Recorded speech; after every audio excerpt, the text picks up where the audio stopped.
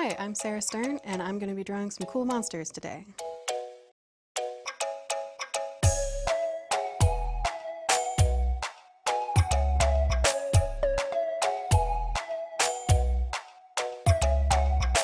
I like to draw and plan layouts and things digitally because it's so much faster and easier to make decisions in terms of like layout and, you know, fix problems. It's just faster.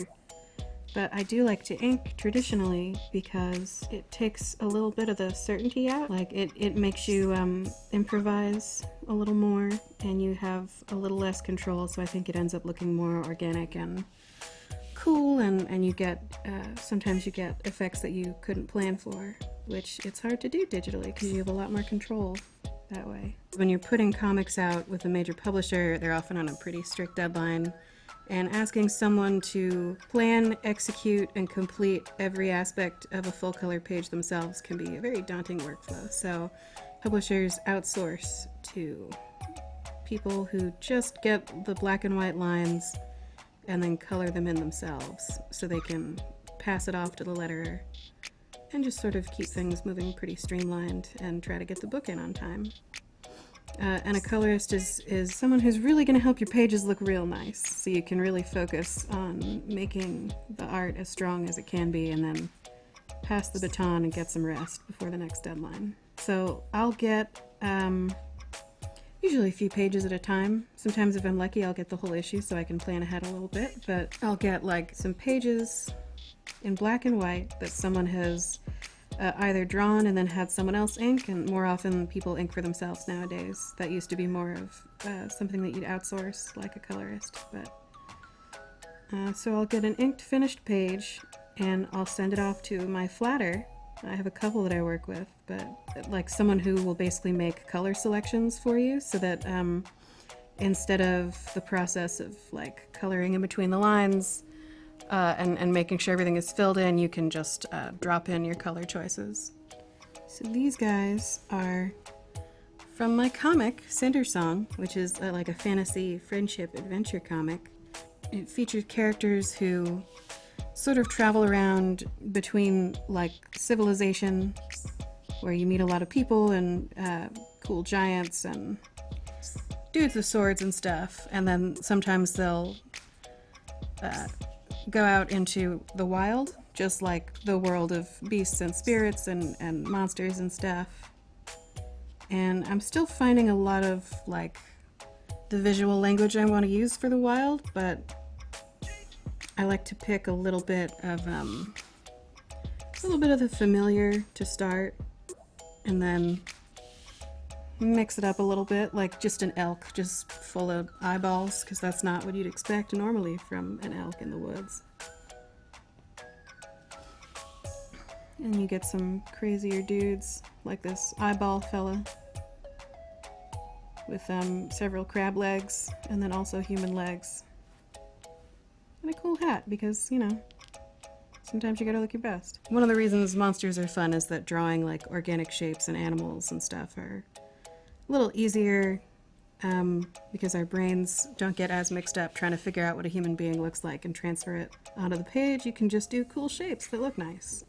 I like to leave a little bit of noise in the flat black shapes just to keep things interesting. It livens up the space, because when you have a big pane of just black or a big pane of just white, it tends to just become a blank dead area, which is sometimes definitely what you want. But when you have something like a nature scene or people talking and you want to try and keep a kinetic force going, it's nice to leave just a little bit of noise. The most important part of the drawing is cool hat.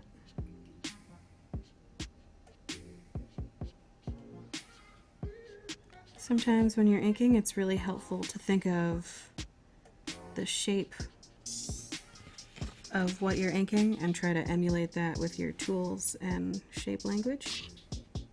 So when I have something like bristly straw, I want like a dry edge on my brush. Just a little raspy, you know. So I'm gonna come to Marion now, who's this nice bear, and I'm just gonna switch to a bigger pen just to start her off a little bit, because I wanna try and get some of these big shapes that she's got in her fur down. And it'll go a little bit faster with a bigger brush, and it'll also help with the scale. I'm going to save some of the water lines for my smaller pen, because otherwise it'll look a little weird with everyone else's water being rendered a different way. Now this is really the part where you gotta look out, because you are definitely gonna drag your hand through something. It's unavoidable. It's a fact of life.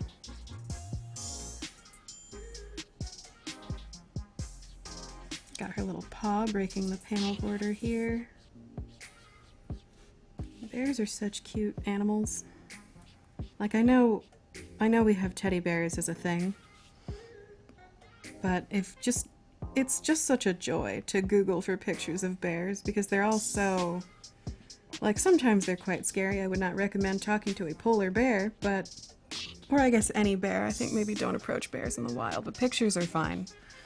But they have very, like, sympathetic, almost humanoid faces sometimes, and you get a lot of them just sitting back on their hind legs and waving at you, and there's no way to get a good day better than that.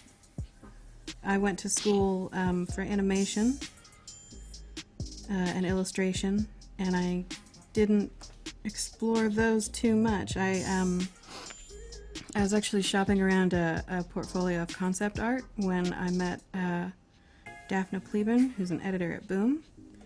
And she said, "I like these colors. Do you want to color a comic book for me?" And I said, "Can I? Yeah, I guess, sure." And then I did, and that was Goldie Vance. And that was my first job. And then when that was doing well, she asked me to color some more stuff. And I met more editors, and I showed them the work that I'd done. And I just kept getting work, so that's my job now. I'm trying to branch out a little bit, because as a colorist I do make a lot of my work with coloring in mind, and I think it's important to be able to make some nice black and white art that can stand on its own, and then coloring just makes it better. I don't actually know if this is what a bear nose looks like. It might not be. I'm a renegade. This is how I draw dog noses. So that's what she got. Maybe that's her, like, fantasy hybrid quality. Like, well, she's a really big bear, and she's got, like, some rocks on her back, and also she has the nose of a dog. We really mixed it up.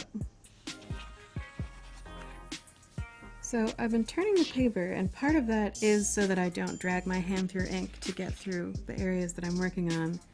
And part of that is because your joints move naturally in arcs, and when you're drawing, and especially when you're inking, when things need to be a little bit neater, if that's how you do it, it's easier to get curves that are longer by using your wrist joint. So little tiny marks are fine because I'm using my fingers to manipulate the pen, and then if I have a longer swoop, it's easier to draw it. I'm not using my wrist as an example. It's easier to draw it like with the curve of your hand. And I'm not really working large enough to do a lot of wrist motions, but the larger the curve that you need to make, the higher up the joint that you use is going to be better. So if I wanted to make a huge arc across the whole paper, I'd use my elbow and my shoulder and keep my hand isolated. And that would help get you a steadier line. So let's try not to mess up her shoulder here, and I'm going to just use my wrist a little more. Yeah, see? And that turned out much steadier than it would have. A clean line just on her little shoulder. It turned out a little steadier than it would have if I'd, done little piecemeal strokes. I almost made these antlers really big grabby hands instead of regular antlers, and I might still do that in the comic, but it seemed a step too far. Like, maybe that's something more appropriate for like up-close suspenseful shots and not like a peaceful river crossing scene. Like, when you talk about world building, people talk a big game, but like 90% of the time it's like, what would look really, really cool? What if I just put like an eye like a big eye and it was super scary. And then later it's like, oh, what made you put the eye on the thing? It's like, well, I think in the canon of the story, it really suited like the world building, and it needed to have a sense of otherworldliness and you know, like, but it's just because the eye was rad, and that's fine. It's always best when you're trying to come up with stories and ideas and stuff to put in those stories. It's always best to pick things that you really like and think are cool and just follow that as a compass, because then your fan base, your target audience, is going to be people who have the same taste as you, and you're always going to know exactly how to please them. So putting something together because you know there's a niche and to be popular has its merit, but you are eventually going to run that well dry. Or not. Maybe you'll do fine. This is just my opinion. I use a lot of like stone columns and like little stone relics with holes in them and stuff, with like cool Celtic inspired designs and everything. Sometimes it's very difficult to put a bunch of stone columns together and not have any of them look like a penis much. So that's something to keep in mind for design purposes. Being a colorist, there's a part of my brain that yells at me when I do a bunch of tiny little shapes, because someone's gonna have to color this later, and it's probably gonna be me. So when I do things like leave my lines open,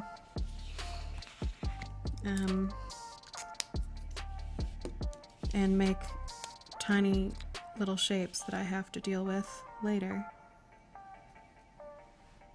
So I'm gonna fill in a little bit of the background here. Probably not a lot. And the line should be a little thinner, a little more sparse, because it's farther back in the distance. And less rendering can sometimes accommodate for the natural blur that the human vision puts into play. I think it's important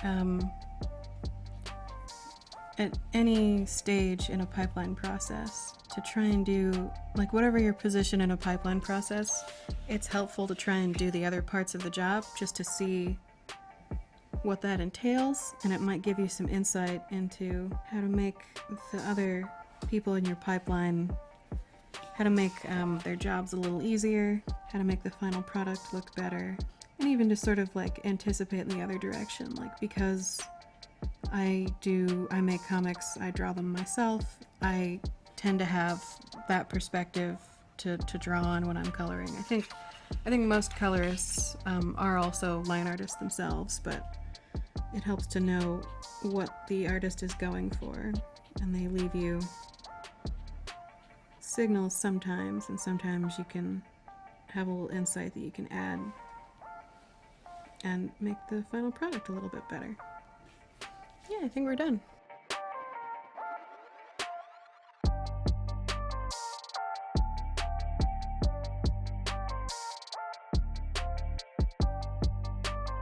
I'm Sarah Stern, and these are my cool monsters.